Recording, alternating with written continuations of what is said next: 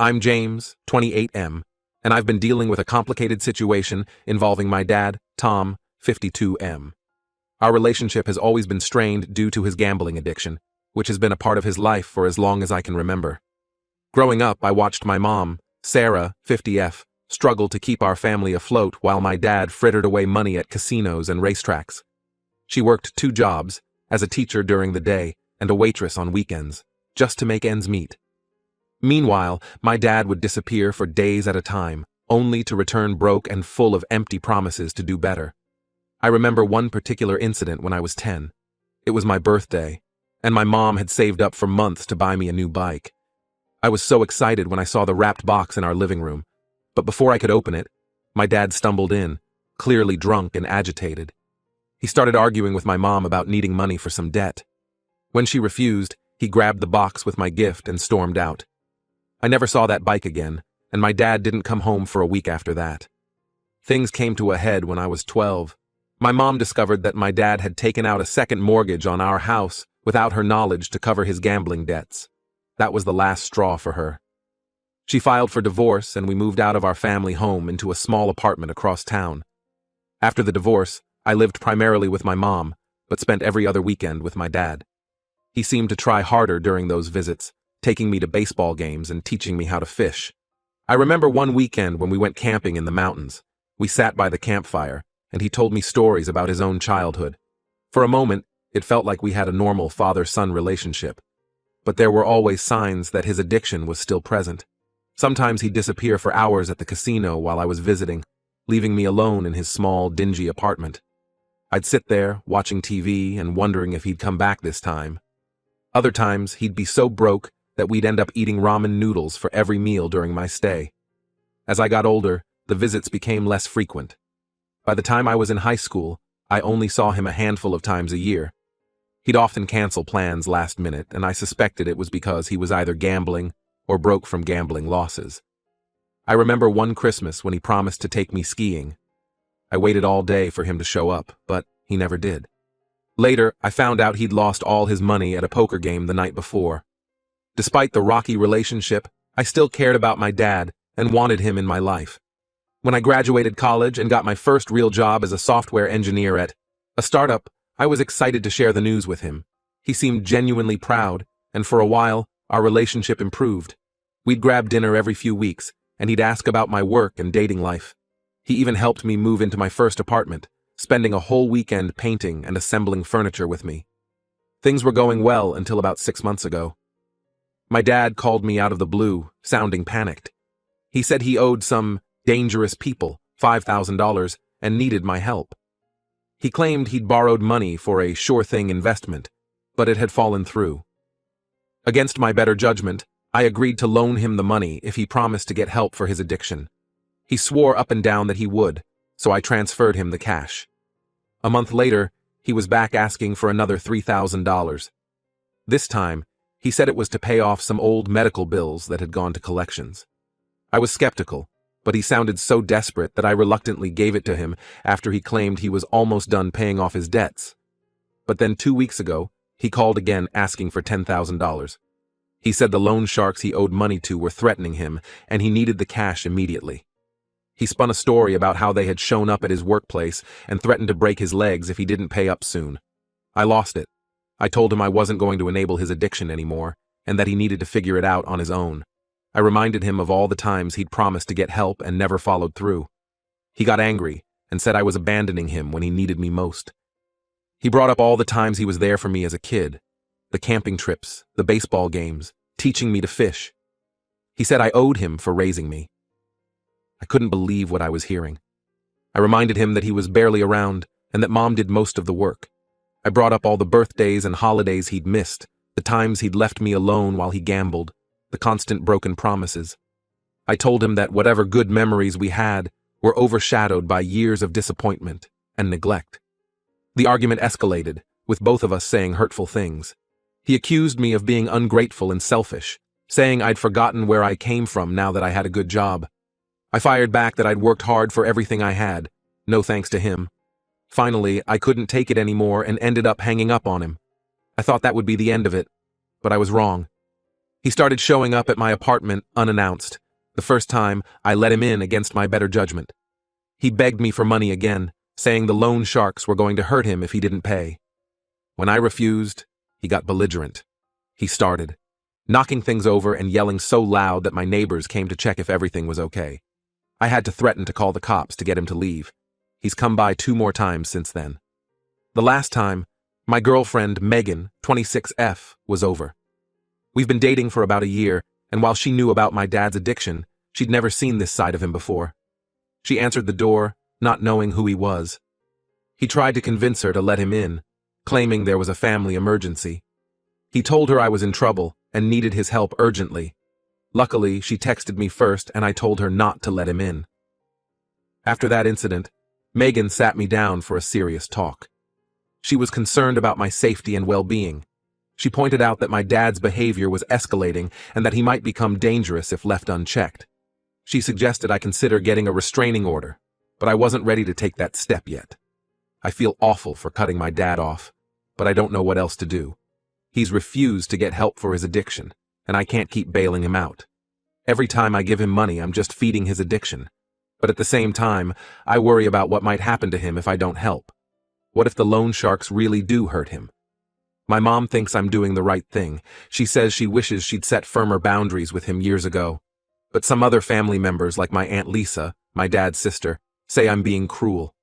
They think I should help him because he's family, regardless of his faults. I'm torn between my love for my dad and the need to protect myself.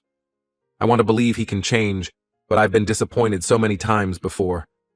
I don't know if I can take another round of broken promises and manipulation. ATA for refusing to help my dad and cutting contact? Should I give him one more chance? Or am I right to protect myself even if it means potentially leaving him in a dangerous situation? Edit. Thank you all for the responses and support. To clarify a few things, yes, I've tried to get my dad into treatment before. I've offered to pay for rehab multiple times over the years, but he always refused. And no, I don't plan on giving him any more money. I know it would just enable his addiction further. Update 1. It's been about 2 weeks since my original post, and unfortunately, things have only gotten worse with my dad. He's escalated his attempts to contact me and get money, pushing me closer to my breaking point. Last week, he somehow got hold of my work email address. I suspect he might have sweet-talked the information out of a well-meaning receptionist at my company. He started sending me long, rambling messages. Most of them were guilt. Trips about how I was turning my back on family and forgetting where I came from. But a few contained vague threats, saying I'd regret it if I didn't help him out. One particularly disturbing email hinted that he knew my daily routines and could make things difficult for me if I continued to ignore him. I was shaken by these messages. I forwarded them to our IT department, and they blocked his address, but the damage was already done. I found myself constantly looking over my shoulder, worried that he might show up at my workplace. My productivity took a hit as I struggled to focus on my tasks, jumping every time my phone buzzed or someone knocked on my office door. Then this past weekend, he crossed another line. He showed up at my mom's house. I wasn't there, but my mom called me in a panic. Apparently, he was drunk and belligerent, demanding to know where I was. When my mom refused to tell him, he started yelling and pounding on the door so hard she thought he might break it down. She ended up having to call the police to remove him from the property. I felt awful that my mom had to deal with that because of me. She assured me it wasn't my fault, but I still feel guilty. Growing up, she always tried to shield me from the worst of my dad's behavior. I remember countless nights when she'd send me to my room while she dealt with his drunken rages. Now it feels like I've failed to protect her, like I've let the cycle of abuse continue. The incident at my mom's house was the last straw for me. After talking it over with Megan and my mom, I decided to file for a restraining order against my dad. The hearing is set for next week. Part of me feels like I'm betraying him by taking legal action. I keep thinking about the good times we had, the fishing trips, the baseball games, the proud look on his face when I graduated college. But then I remind myself of all the times he let me down or put his addiction first. It's hard to reconcile the kind, fun dad I occasionally had with the desperate addict he's become. I keep wondering if there was something more I could have done to help him over the years. Maybe if I'd pushed harder for him to get treatment when I was younger, things wouldn't have gotten this bad. But then I remember all the times I did try to help, only to be rebuffed or taken advantage of. I've also been dealing with a lot of anger. Anger at my dad for putting us through this. Anger at myself for not setting boundaries sooner. Anger at the world for dealing my family such a crappy hand. There are moments when I want to scream, to break things, to let out all the pent-up frustration and hurt. My girlfriend Megan has been incredibly supportive through all of this. She's offered to come with me to the restraining order hearing for morale support. I'm grateful to have her in my corner, but I worry that all this drama might be too much for her. We've only been together for a year, and this certainly isn't what she signed up for when we started dating. I'm also considering joining a support group for family members of addicts. A coworker who went through something similar with his brother recommended one that meets weekly near me. I'm hoping it might help me process some of these complicated feelings I'm dealing with. Maybe talking to others who've been in my shoes will help me feel less alone in all this. For now, I'm just taking things day by day. I'm trying to focus on work and maintain some sense of normalcy in my life. But it's hard not to constantly worry about what my dad might do next or if he's okay. Despite everything, a part of me still cares about him and hopes he'll get help someday. I find myself replaying memories from my childhood, trying to pinpoint where things went wrong. Was there a moment when I could have intervened? A time when I could have said or done something that would have changed the course of events? I know it's not productive to dwell on these thoughts, but I can't seem to shake them. The restraining order hearing is looming, and I'm a bundle of nerves. What if the judge doesn't grant it? What if my dad shows up and makes a scene? What if this pushes him over the edge and he does something drastic? The what-ifs are driving me crazy. I'm trying to stay strong, but some days it feels like too much. I'm tired of being the responsible one, tired of having to parent my own parent. Sometimes I just want to run away from it all, to start fresh somewhere where no one knows me or my family's troubled history. But I know that's not the answer. I have to face this head-on, no matter how difficult it may be. Update 2. Another couple of weeks have passed, and there have been some major developments with my dad's situation. The restraining order was granted, which brought me some peace of mind initially. But that feeling didn't last long. Just days after the order was issued, my dad violated it by showing up at my apartment again. This time, he was completely wasted and caused a huge scene in the hallway, screaming and pounding on my door. My neighbors called the police and he was arrested. I felt terrible seeing him hauled away in handcuffs, but I knew it was necessary. The officers told me he'd likely face jail time for violating the restraining order. Part of me hoped that some time behind bars might be the wake-up call he needed to finally get help. But then I got an unexpected call from my Aunt Lisa, my dad's sister. She laid into me for getting my dad arrested, saying I was ruining his life. Apparently, he'd called her from jail, spinning some story about how I was trying to destroy him. Lisa said I should be ashamed for abandoning family and that I needed to drop the charges immediately. I was stunned. Lisa and I had always been close when I was growing up. She was like a second mom to me after my parents divorced.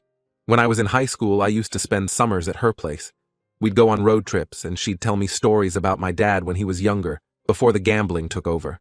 She was always the one who tried to mediate between my dad and me, encouraging us to mend our relationship. Hearing her take my dad's side and berate me was crushing. I tried to explain the full situation, but she wouldn't listen. She just kept saying I was being selfish and cruel. She brought up all the times my dad had been there for me, conveniently forgetting all the times he'd let me down. The call with Lisa really shook me up.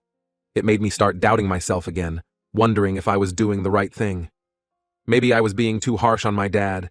Maybe I should give him another chance. After all, he was still my father, the man who taught me how to ride a bike, who cheered the loudest at my little league games, who helped me build my first computer. I found myself tempted to call the police station and tell them I wanted to drop the charges. But before I could, Megan stepped in. She reminded me of all the reasons I'd gotten the restraining order in the first place. She pointed out how my dad had repeatedly violated my boundaries and put me, and now my mom, in danger. Megan's pep talk helped snap me out of it. I realized Lisa was probably just reacting to whatever sob story my dad had told her. She didn't know the full extent of what had been happening. I decided to stand firm on pressing charges. I'm still wrestling with guilt over my dad being in jail, but I'm trying to remind myself that his actions are what put him there, not me. I didn't force him to violate the restraining order or harass me for money. those were his choices. For now, I'm focusing on healing and moving forward. I've started attending that support group for families of addicts. It's been really helpful to talk to others who understand what I'm going through. Hearing their stories makes me realize I'm not alone in this struggle.